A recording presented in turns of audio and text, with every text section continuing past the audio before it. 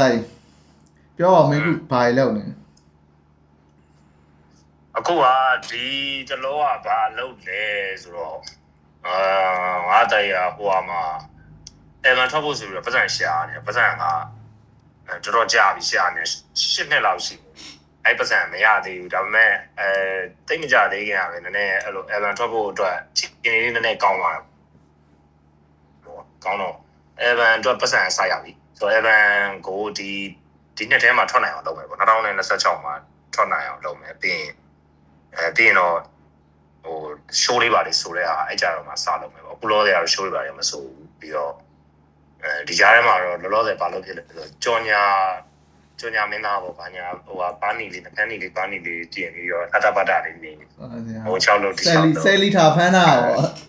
ဆယ်လီကပါညာပေါ့ဟုတ်ကြော်ညာလေးပါလေရိုက်တယ်ပြင်အဲ့လိုတချင်းကြားထဲမှာမကြတာသေးခင်ကမီနိုဆိုတဲ့ pop artist မီနိုရဲ့ album ကိုလုပ်ထားတယ်အန်လုံးဆိုတဲ့ album တစ်ခွေလုံးရေးထားတယ်ပြီးတော့အဲ့ branding နဲ့ပတ်သက်တဲ့ဟာကိုသူ album music video ကစပြီးတော့ make up တွေဘာ fashion တွေဘာတွေကအကုန်လုံးငါနဲ့ရှင်းနေနှစ်ယောက်ပေါင်းလုပ်တော့အဲ့ဟာ recently လုပ်ထားတဲ့အလုပ်ပေါ့အဲ့ပြီးတော့အခုလောတဲ့ကကြော်ညာတဲ့ချင်းတပုတ်အဲ့ TV channel အတွက်လုပ်ထားရှိရပြီးတော့အဲ့ကြော်ညာရိုက်တယ်ပြီးတော့လောလောဆယ်လာမဲ့တချမ်းမှာတွန်းဖို့တချမ်းမှာဟေးတဲ့တချမ်းမှာတွန်းဖို့တော့အဲ့ဟိုဟာလေ25နှစ်ပြည့်လေ hip hop 25နှစ်ပြည့်တော့ကလုပ်တယ်လို့မျိုးအဲ့လို playlist ဖွင့်နေဟာလောလောဆယ်ငါတချမ်းမဆိုသေးဘူးဆိုတော့အဲ့ playlist ဖွင့်ဖို့အတွက်ကိုအခုတချမ်းစီနေပေါ့တချမ်းစီနေအဲ့တချမ်းစီနေတော့ငါတို့ဟိုငငယ်တော့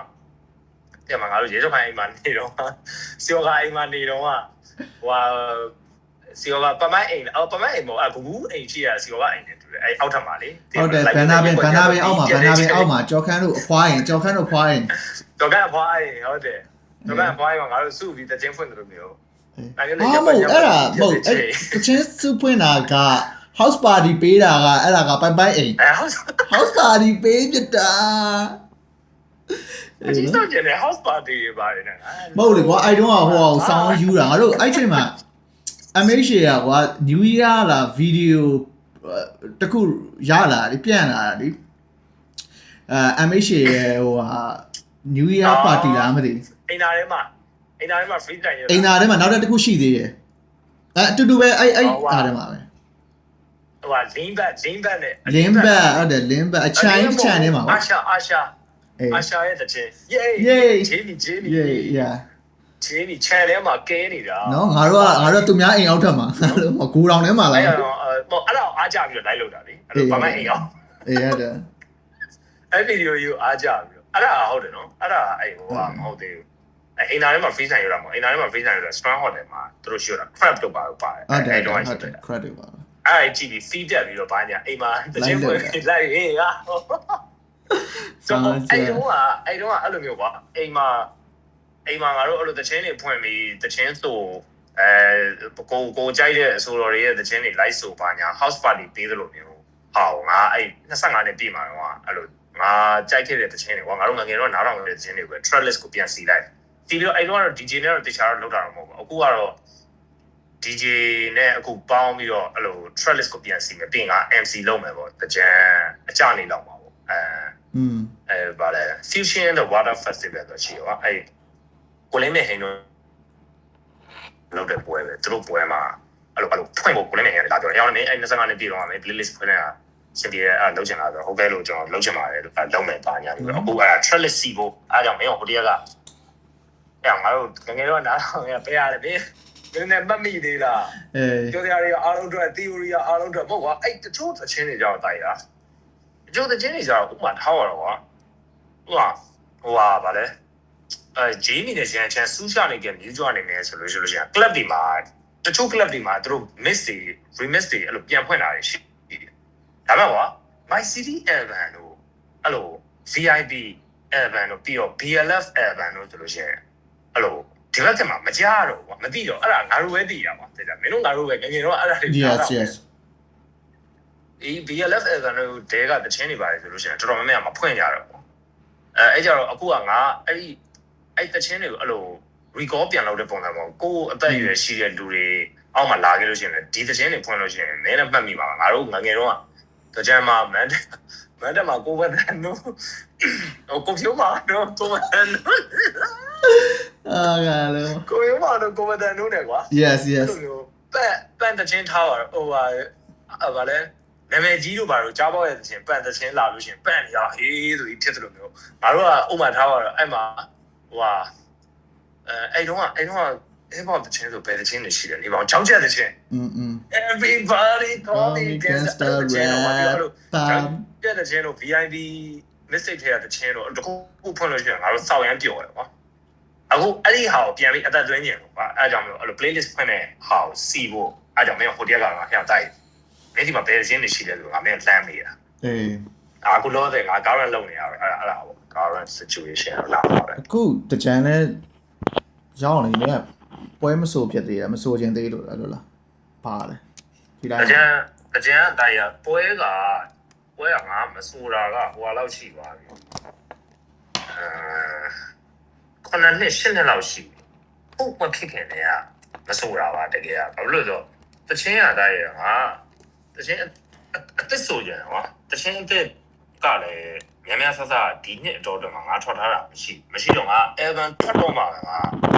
အဲ့လို Evan ထိုးလုံးရင်တချင်းကိုစုံမယ်ဆိုတော့ငါဆုံးဖြတ်ချက်ချလိုက်တာအဲကြောင့်မလို့အဲ့လိုတချင်းဆိုတဲ့ကိစ္စမဖြစ်သွားဘူးကွာပြီးတော့25နှစ်ပြည့်တော့ကျတော့အဲ့တော့ဘိုးထက်ကအတင်းကရောတင်မလားဟဲ့မင်းပါမရမယ်ဘာဖြစ်လဲညာဖြစ်တယ်ဆိုတော့အေးဟောင်းအဲ့တော့ငါတချင်းတော့မဆိုချင်သေးဘူးငါတချင်းလဲငါအသက်ထွက်မှာငါစုံမယ်ဆိုပြီးဆုံးဖြတ်ချက်ချတာတော့ okay မင်း playlist ဖွင့်နေတယ်ဆိုလို့ရှိရင်ငါဒီ playlist ကိုငါဖွင့်နေတယ်အဲ့ဒါ okay လားပါညာလို့ဒီကောင်ကလည်းလုံးမယ်ဆိုပြီးတော့အဲ့လိုလုပ်တာတချင်းမဆိုတာတော့ခြားကြောင်တော့အများကြီးတော့ပေါ့ငါတချင်းအသက်မထွက်ဘူးကွာတချင်းနဲ့ထွက်တော့ငါဆိုမင်းပြီးခဲ့တဲ့ဟို hip hop 25နှစ်ပြည့်တော့ကကျတော့ဘိုးထက်ချောဆွဲလို့မပါသွားတော့အေးဘောယူအဲ့လိုပဲပြောဒီကောင်ငါပြောတယ်ပြန်တိုက်ငါမပါချင်းရတယ်လုံးလိုက်လေ okay ဘာဖြစ်တယ်ညာဖြစ်တယ်မဟုတ်တဲ့ဟောင်းနဲ့ဒီကတော့တော်တော်လုံးဝရတယ်အစိုးရကငါလည်းအဲ့လိုငါတချင်းမဆိုပဲနဲ့အဲ့လိုမျိုးလူတွေနဲ့ထိတွေ့ဖို့ဆိုလို့ရှိရင်ဘယ်လိုလုပ်မလဲဆိုပြီးစဉ်းစားထားတာမျိုးရှိတယ်အဲ့လိုမျိုး club မှာအဲ့လိုအခုက boiler room လို့ပြီးတော့အဲ့ viber room လားမသိကွာအဲ့လို hypnotize ဆိုပါလို့ရှိတယ်အဲ့လိုမျိုးလူလေးအယောက်100 200လောက်နဲ့အဲ့လို DJ နဲ့ဖွင့်ကြာခဲ့ပါပြီအဲ့ဒါလည်းတော့ဟောင်းနေပြီအဲ့လိုမျိုးလုပ်တဲ့ပွဲလေးတွေဟိုငါတွေ့တော့ငါလည်းအဲ့လိုမျိုးငါတို့ငငယ်တော့ဖွင့်ခဲ့တဲ့အဲ့လို playlist ကိုအဲ့လိုလူ900လောက်နဲ့အဲ့လိုလုပ်လို့ရရင်ကောင်းမယ်ဆိုတဲ့ idea ရှိတယ်ဒါပေမဲ့ဒီကောင်25နှစ်ပြည့်မှာဒီကောင်ကလာလောက်ခိုင်းတော့ငါ okay ကွာလို့အဲ့လိုလုပ်မယ်ဆိုပြီးတော့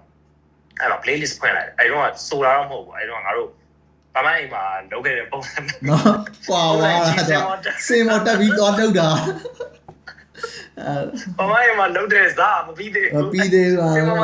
နှစ်တည်ကြာလာတယ်နော်နှစ်တည်ကြာတဲ့ဒီသွေးရအဲ့လိုရှိနေတော့ဆိုတော့အဲ့လောလောဆယ်ကိုယ့်ရဲ့ activity ပါ so how was your day ဒီမှာပါလို့ငါ day ကတော့စာလုပ်လိုက်ပုံဆွဲလိုက်အလုပ်လေးရှင်ပြေးလုပ်လိုက်ဒါပဲဆိုစာလုပ်နေရလားမင်းကြောင်းပြန်တက်တန်းနေတာဟိုဘာသာစကားတစ်ခုပေါ့နော်အဲ့ဒါကိုလေ့လာနေရဆိုတော့စောင်းတဲတန်ကြီးလေ့လာတော့အချိန်တော့အားရမနေတော့ဘူးဒါပေမဲ့မသိတဲ့အတိုင်းအသက်က30ကျော်35လောက်ဖြစ်နေတဲ့အတိုင်းဒါမှတခုဆိုလို့ရှိရင်မှတ်တာရခဲရင်နေပါတော့ငယ်ရတော့တိုင်းမဖြစ်တော့ဆိုတော့မင်းအခုပါလဲဟိုတချင်းတွေကဘယ်နှပုတ်စီသွားတယ်ဘာစီရင်တာငါးစီရယူခြင်းတဲ့တချင်းလေးပါညာရှိနော်ငါတကယ်ကငါကွန်ပျူတာတွေမှာငါကွန်ပျူတာဆိုတာကိုဘိုးကွန်ပျူတာတွေက data ကိုငါကွန်ပျူတာတွေပြန်ထည့်လိုက်တယ်ငါကွန်ပျူတာတွေပြန်ထည့်ရမှန်များကိုဘိုးဟာတွေပဲဆိုတော့ကိုဘိုးကွန်ပျူတာတွေမှာရှိတဲ့ဟာမှန်များတော်များသူ့ရဲ့အဲ့ဟိုသူစုဆောင်းထားတဲ့ဟာကလွယ်ကျန်တဲ့ဟာမရှိဘူးသူစုဆောင်းထားတဲ့ဟာဆိုတာ essay ဟာရှိတယ် theory ဟာရှိတယ်ပြီးတော့ big wine တို့ Jamie တို့ချက်ဖောက်တို့ရတာတို့ဟာရှိတယ်ဒါပေမဲ့အဲ့ that generation ရဲ့ဟာဆိုလို့ရှိလို့ပြန်ရမင်းစီရရှိသွားရဲလေးစီရရှိသွားကြော်ကန်စီရရှိသွားငါမှတ်မိရောအဲ့ generation ဟာဆိုတာဥပမာထားပါတော့ကြောက်ချက်ဟာတော့ပထမဦးဆုံးအဲ့ဟို everybody call me gangster ပါကိုယူလာတဲ့ဟာပါအဲ့ဒါတော့ငါမှတ်မိ Belong mistake ပါမင်းမှာစာနာတော့ပြီးတော့ noise cd mistake ကမင်းမှာစာနာတော့ noise cd mistake ဆိုလို့ရှိရင်ဟိုပါပေါ့ Nigeria mistake ဆိုလို့ရှိရင်6တန်းလောက်ပါအဲ့တော့ဟို mountain bane နဲ့အေးအဲ့တော့ငါထင်တာမမိုင်း8တန်းငါတို့8တန်းစာမိုးဝဲအပီးမှာ mistake ဝေးတာ Nigeria ဆိုတာအေး Nigeria ထွက်တာ Nigeria အဘယ်မှာလဲမသိ user garan လားအများကြီးညိုလားတနေရာပဲကွာသေးလားအဲ့တော့ငါအဲ့ simple ခွေငါရခဲ့တာကွာသေးလားဘယ်ရောက်တယ်ငါမင်းစီကနေစလာတာပေါ့အဲ့ Nigeria ကောင်းနေကျဲတာအဲ့ကွာမရှိဘူးအေးမရှိဘူးအိမ်မှာတချို့ဟာတွေမရှိတော့ပြီးတော့ကွန်ပျူတာကအရင်ကွန်ပျူတာကအခုအဲ့ hard disk ထဲမှာပဲကျန်မှာဆိုတော့3တော့ရသေးရလားမရသေးလားမသိဘူးအဲ့ကြောင့်မို့မင်းဒီမှာဘယ်စင်းနေရှိရလို့မင်းဟိုတည်းကငါ့ကိုလမ်းပို့တဲ့ဟာတော့ okay တော့ဒါမှမစုံသေးဘူးကွာတလားအဲ့လို yeah VRD ဟာတွေဆိုလို့ရှိရင်မရှိဘူးပြီးတော့ B-log mistake တွေပါတယ်ဆိုလို့ရှိရင်မရှိတော့ကွာရှာဖို့တော့မလွယ်တော့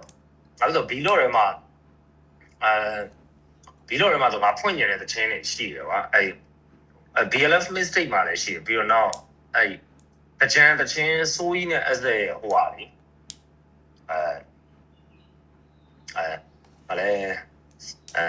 ဝိုင်လေးလာပြောင်းလေးလာအစိမ်းလေးမိုင်းလေးနီလေးတမျိုး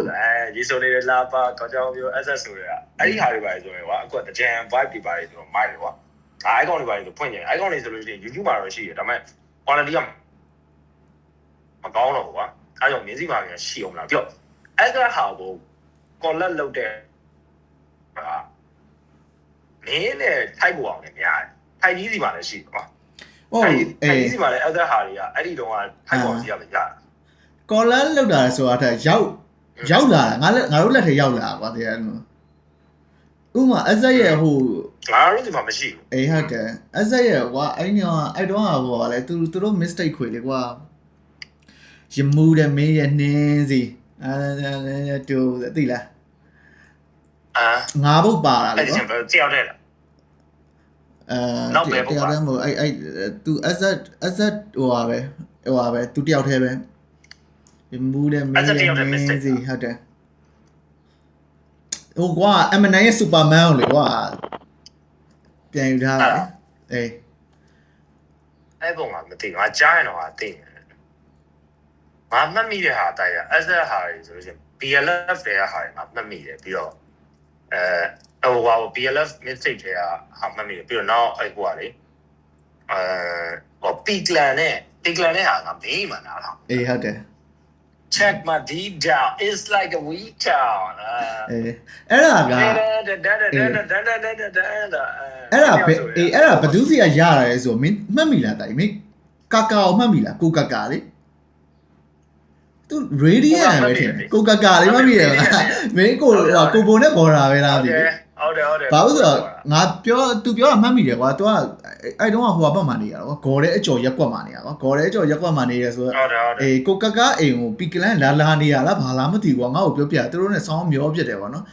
အဲ့ချိန်မှာအဲ့တချင်းရရတယ်ပြီးတော့ဟိုအဇက်နဲ့ကြောက်ချက်ဟိုဂရင်မောညစာတို့ဂရင်မောညစာအေးဟုတ်တယ်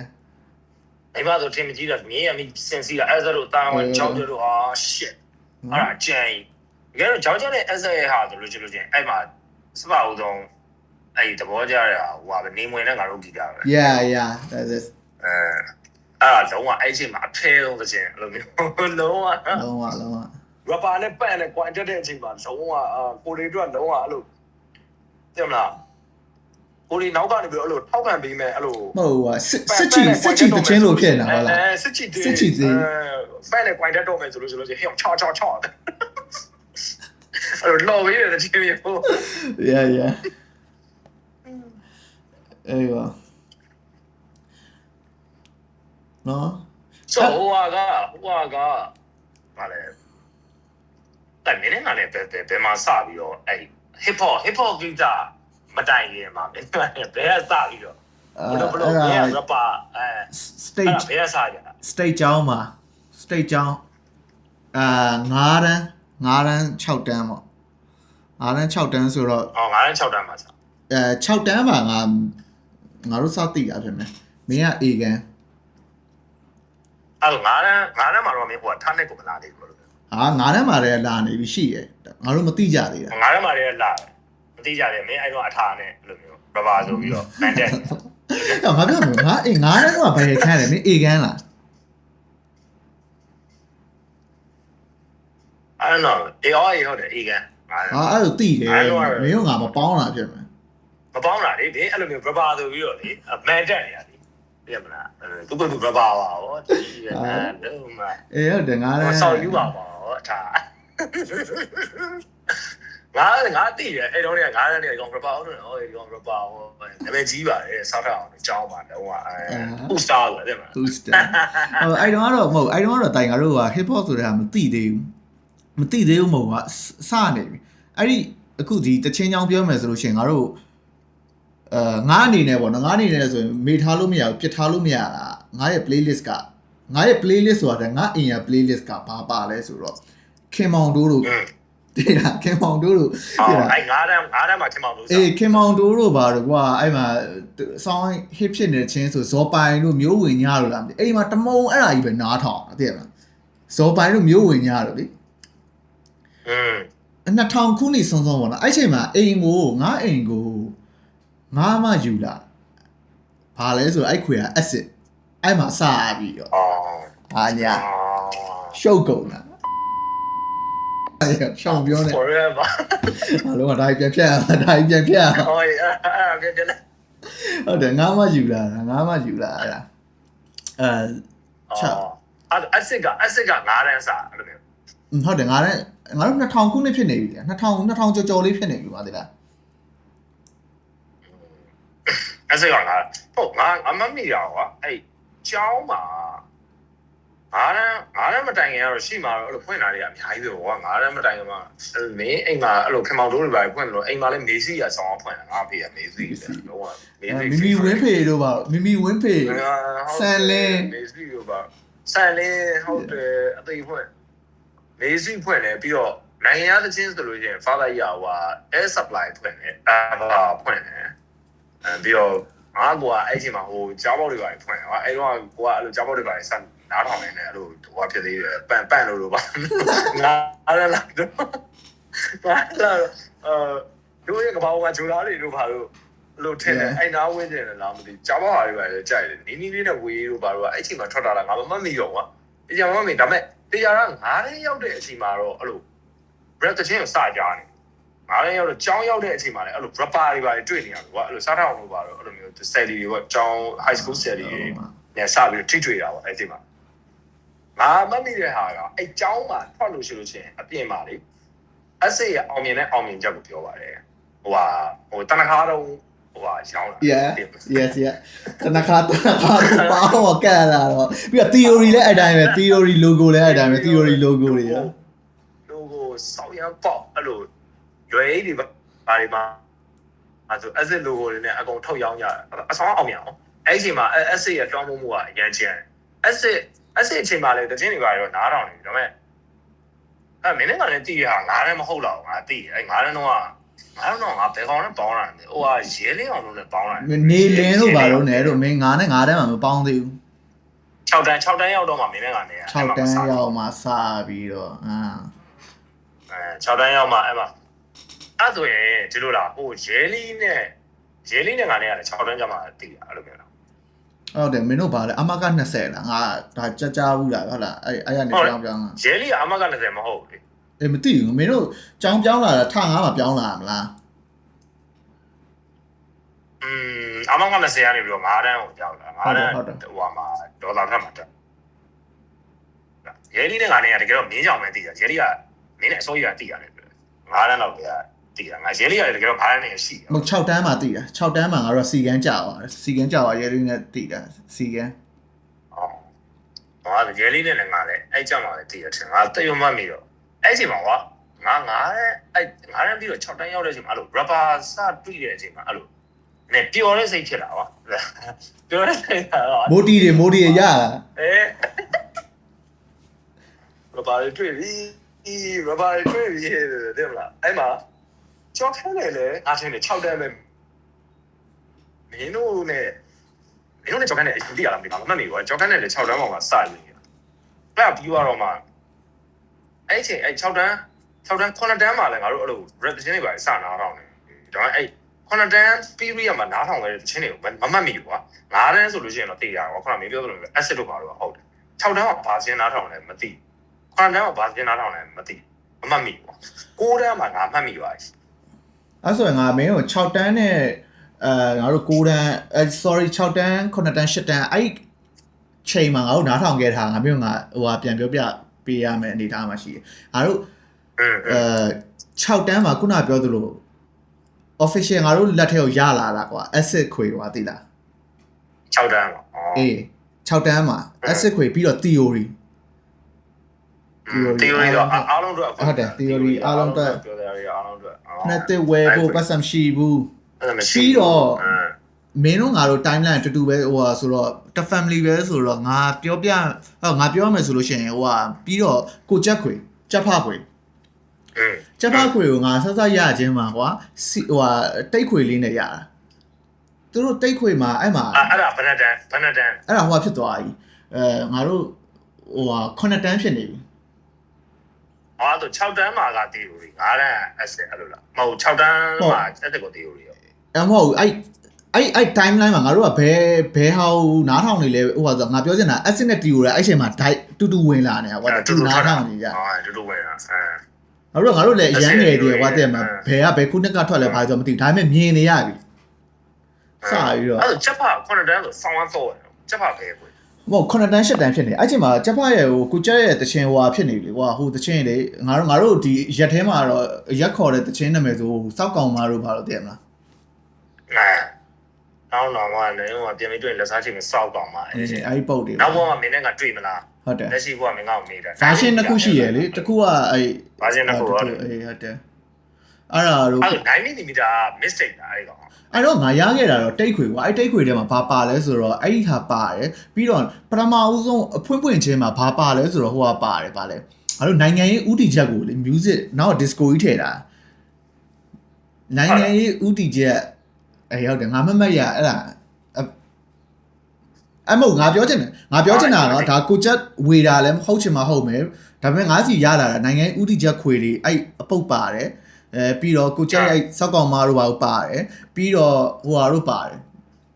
black hole တို့ဘာလို့ပါတယ် black hole တို့ဟိုတချင်းပါတယ်လောကကြီးရဲ့နှိမ့်ဆက်မှုကိုခံနိုင်ပါတယ်မင်းထားသွားခဲ့တော့ငါနဲ့ဟာသိလားသိတယ်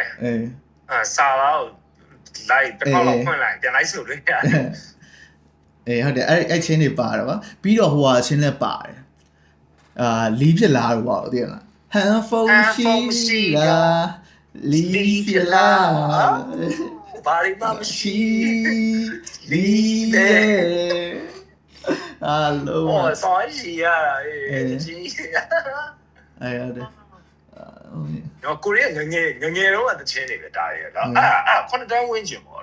9တန်း10တန်းဝင်းကျင်အဲ့ timeline မှာအဲ့ချိန်ပဲဒါပေမဲ့တိုက်ရငါမမီရတဲ့လောက်ပါ9တန်းမှာဟုတ်တယ်ချက်ဖဟာတွေတော့စတော့နားတော့ထောင်နေတယ်တေချာက9တန်းမှာလည်းငါအဲ့လို rapper လို့ကိုအဲ့လိုမျိုးဟိုမဖြစ်သေးမခံယူသေးဘူးဒါပေမဲ့ငါသိရတဲ့ဟာတော့လို့idol တွေပေါ့နော်စတက်တို့ဟိုဂျော်ခန်တို့စီယောဂါတို့ဟိုတွေပေါ့ရဲလေးတို့ကတော့idol တွေကတော့ idol တွေက rapper ပဲဟိုအကြည့်ဖြစ်နေငါအဲ့တော့အဲ့လိုငါကိုအဲ့လိုမျိုး snapback တွေပါဆောင်းရအဲ့လိုအုတ်ထုတ်မဟုတ်မဆောင်းသေးဘူးငါ9တန်းရောက်မှ snapback စဆောင်းလာအမှတ်မိ snapback မဟုတ်ဘူးအဲ့တော့ဟို baseball cap ဖျဲဒီအော်တို့မင်းကိုစောင်းတာလေကိုစောင်းတာလေကိုရအဲ့ဒီဟာမတိုင်ခင်မှာသူကဟိုကဗါလဲငါ9တန်းအဲ့ကျမဟာတွေပါပြီးသွားတော့မှအဲ့တော့ငါတချင်းလဲငါအဲ့လောက်ထိတိတ်မလိုက်စားဘူးကွာမင်းတို့စီကနေပြီးတော့လို့ဒီချင်းတွေရားလို့ဆိုလို့ရှိရင်နားထောင်တယ်ပြီးတော့ငါအကိုအိမ်မှာဖွင့်လို့ရှိရင်ငါနားတော့10တန်းရောက်သွား10တန်းရောက်တဲ့ချိန်မှာငါမရှိတော့10တန်းရောက်တဲ့ချိန်မှာငါပေါ်လာလို့သွားတယ်မလား10တန်းမှာ10တန်းမင်းအဆောင်သွားတာငါမမေ့ရ10တန်းမှာငါကဟိုဗါလဲစကိုင်းရောက်သွားတယ်အဲ့စကိုင်းရောက်သွားတဲ့အချိန်မှာငါမင်းတို့နဲ့အကုန်လုံးနဲ့လွတ်သွားတယ်ငါအဲ့လိုကဘာမှငါဟို connection မရှိတော့ကွာအကုန်ပြောက်သွားတယ် yes ငါမင်းဘာမှမမြင်ရတော့အော်ငါကင်မရာပိတ်မိလို့ဖြစ်သွားဘာမှမမြင်အေးဆက်ပြောလိုက်ဟိုကရှစ်တန်းရောက်တဲ့အချိန်မှာကျတော့ငါတချင်းနဲ့လုံးဝအဲ့လိုအဆက်တွေအကုန်ပြတ်သွားပြီကွာရှစ်တန်းရောက်တဲ့အချိန်မှာအဲ့ရှစ်တန်းရောက်တဲ့အချိန်မှာတော့ဘာမှငါမမှတ်မိတော့င ငါတိရရှစ်တန်းမှာငါအဲ့တဝဲအဆောင်မှာငါအဲ့ငါအတော်ရဲ့ယောက်ျားဆောင်အဲ့ဆောင်မှာငါနေပြီးတော့ငါတချင်းနာမထောင်ဘာမှမလုပ်ငါအဲ့တဝဲနဲ့ငါရန်ဖြစ်တယ်ဆောက်ကားများတယ်ပြီးတော့ငါ level လိုက်ပေါင်းတယ်ငါတက်3နှစ်လောက်ကြီးရဲ့ပဲ9နှစ်လောက်ကြီးရဲ့ပဲပြီးတော့ရောက်နေဘင်းနဲ့ငါကြောက်ပြီးတော့တောင်းမိုက်ရိုင်းတယ်ကွာအဲ့တော့ဆောင်းမကပဲလည်းနားပဲလေငါအဲ့ချိန်တော့ငါတိရအဲ့ချိန်တော့ခုံခောက်ပြီးတော့တချင်းရေးတာရှစ်တန်းမှာစလာငါတေချာမမမိကွာရှစ်တန်းမှာငါ rap စရေးရလို့ထင်တယ်အဲ့ rap တချင်းအဲ့တော့အဲ့လိုခုံခောက်ပြီးတော့စရေးရှစ်တန်းမှာစရေးဒါမဲ့လည်းအဲ့လိုဟိုတကယ်တည်ရတက်တယ်အဲ့လိုမျိုးဟောမဖြစ်ပါဘူးငါရှစ်တန်းရဲ့ timeline မှာမင်းတို့နဲ့ငါနဲ့ကြာ connection ပြတ်သွားတော့မင်းတို့ဟာတွေငါမသိရှစ်တန်းမှာမင်းဘာလုပ်ရှစ်တိုင်းမှာအဲ့ဟိုဒီ playlist တချင်းနေနဲ့ပတ်သက်ပြီးလေးလာလိုက်စားပြောရင်အဲ့ဒီဟာတွေနားထောင်တယ်လေအဲ့ဟိုဟာဘာလို့ကိုကျက်တို့ဟာငါတို့မရမက live ယူရတာကွာတည်ရတိုင်းအဲ့မှာ internet ဆိုတာမရှိဘူးရက်ွက်တဲ့သွား BJ ကြီးစီကိုသွားပြီးတော့ဘာချင်းရှိလဲငါတို့တည်ထားတာအဲ့ချိန်မှာ sound ဟိုဖြစ်နေတာ on fire ဖြစ်နေတာကိုကျက်ဖပဲအဲ့ချိန်မှာကျက်ဖအဲ့ချိန်မှာစောင်းရဟုတ်တယ်ငါတို့ကြားဘူးနားပါကျက်ဖဆိုတဲ့ဟာသိရမလား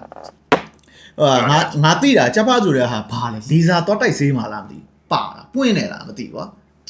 ကျက်ဖဟုတ်တယ်ကျက်ဖအဲ့မှာလီဇာတော့တိုက်ဆေးဟုတ်တယ်ရှိကြလားအဲ့မှာအေးဟုတ်တယ်စဖြီးကြီးနဲ့လေအေးအဲ့ဒီနဲ့ရှိကြတာငါတို့ကြိုက်တဲ့ချက်ဖဒီလိုပုံမာလားဘာညာဆိုအဲ့လိုမျိုးလာတွေ့တာအဲ့ကျမှစမြင်ဘူးလေရုပ်ကိုအဲ့ကျမှစမြင်ဟုတ်တယ်ပြီးတော့အဲ့ချိန်မှာသူနဲ့တပြေးညီသွားတာရတာဆိုတာလေငါမှပြောလို့ငါခဏခဏကြားဘူးရရှိရတာဘယ်လိုပုံလဲဆိုတော့ငါဟိုတချင်းမှာသိတာမြင်ဘူးတာပေါ့နော်မင်း LS ရဲ့လေနင်လိုချင်တာငါမဟုတ်ဘူးနင်လိုချင်တာ red ချင်းတွေအဲ့ထဲမှာရတာပါတယ်ကွာဆိုတော့ကဟုတ်တယ်အေးအဲ့ချိန်မှာကွာဆောင်းဝမ်းလေးလာလိုက်စားတာကွာစကယ်ကြီးပြောလေးလာလိုက်စားရတယ်ပြန်လားကျောင်းသားမလုပ်ဘဲနဲ့အဲ့ဟိုဟာတချင်းတွေလိုက်နားထောင်တော့ပြီးတော့ဘယ်ကောင်ကဘသူလဲဘလို့ရုပ်လဲဆိုတာလိုက်ဖမ်းနေတာဒီလို internet ခေတ်မှမဟုတ်တာတဲ့တိလားဟုတ်တယ်ပြီးတော့အဲ့ချိန်မှာတပြိုင်တည်းထွက်လာနေတာရဲ့ဘသူပြေးနေလဲဆိုတောက်လျှောက်ပေါ့နော်ပြေးနေတာအဲ့ project 1လို့သိရမလားအဲ့ဂျေမီတို့အုပ်ပေါ့ပြောချင်တာကွာအဲ့ဒီဟာကိုရဖို့တော့ကွာမနေကျိုးဝမ်းနေရကွာပြီးတော့မင်းဟိုဟာသိတာဟိုဟာ complex crew clan complex crew သိတာဗောဒါပေမဲ့အဲ့ဒါတွေကတိုက်ငါသိတာနောက်ကြတယ် complex crew သိတာဟုတ်ပုံမို့လောဘေးပြော complex ဟာငါ skip သွားတာတခုရှိတယ် complex crew ကလည်းငါတို့အဲ့2003လောက်ပဲ2003-2004ပဲ complex crew ဆိုတာအဲ့ဟာ4ပုတ်လား5ပုတ်လားမသိ5စီရောက်လာတာအချက်တချင်းလည်းပါခုနကငါတို့9တန်းက2003-2000အေးငါအဲ့ဟာဟိုဟာမဖြစ်တော့ဟုတ်ကွာငါပြောရမယ်10တန်းမှာငါတို့10တန်းမှာ2006-2009ဖြစ်သွား2006-2009ဒါပေမဲ့ဆာမွေးဖြည့်တဲ့အချိန်ကတော့2009-2008ဖြစ်သွားအေးဆာမွေးဖြည့်တာ2009ရဲ့ February လား March လားမသိငါလည်းဟိုဖြစ်တာအဲ့လိုတွက်ကြတာကွာတည်ရမလားဆိုတော့2009ဆိုတော့ကငါတို့အဲ့ဒီအစောပိုင်းကအခုငါတို့ပြောနေတဲ့စကားက2000နဲ့2005အတွင်းနဲ့ဖြစ်ပျက်နေတဲ့ဟာတွေငါတို့9တန်း10တန်း9တန်း10တန်း2002-3လောက်မှာ2002-3လောက်မှာအဲ့လို6တန်း9တန်းအေးဟုတ်တယ်အဲ့ချိန်မှာပြေးနေတာခုနပြောတဲ့ complex school တို့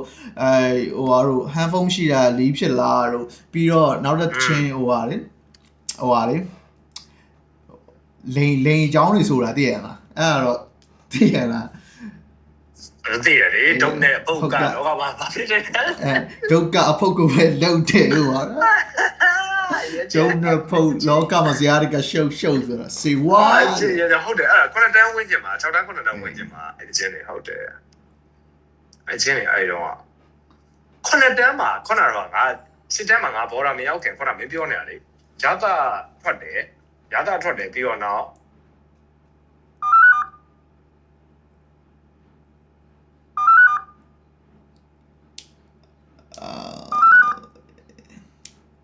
โอเค line ကျသွားပြီဆိုတော့ cat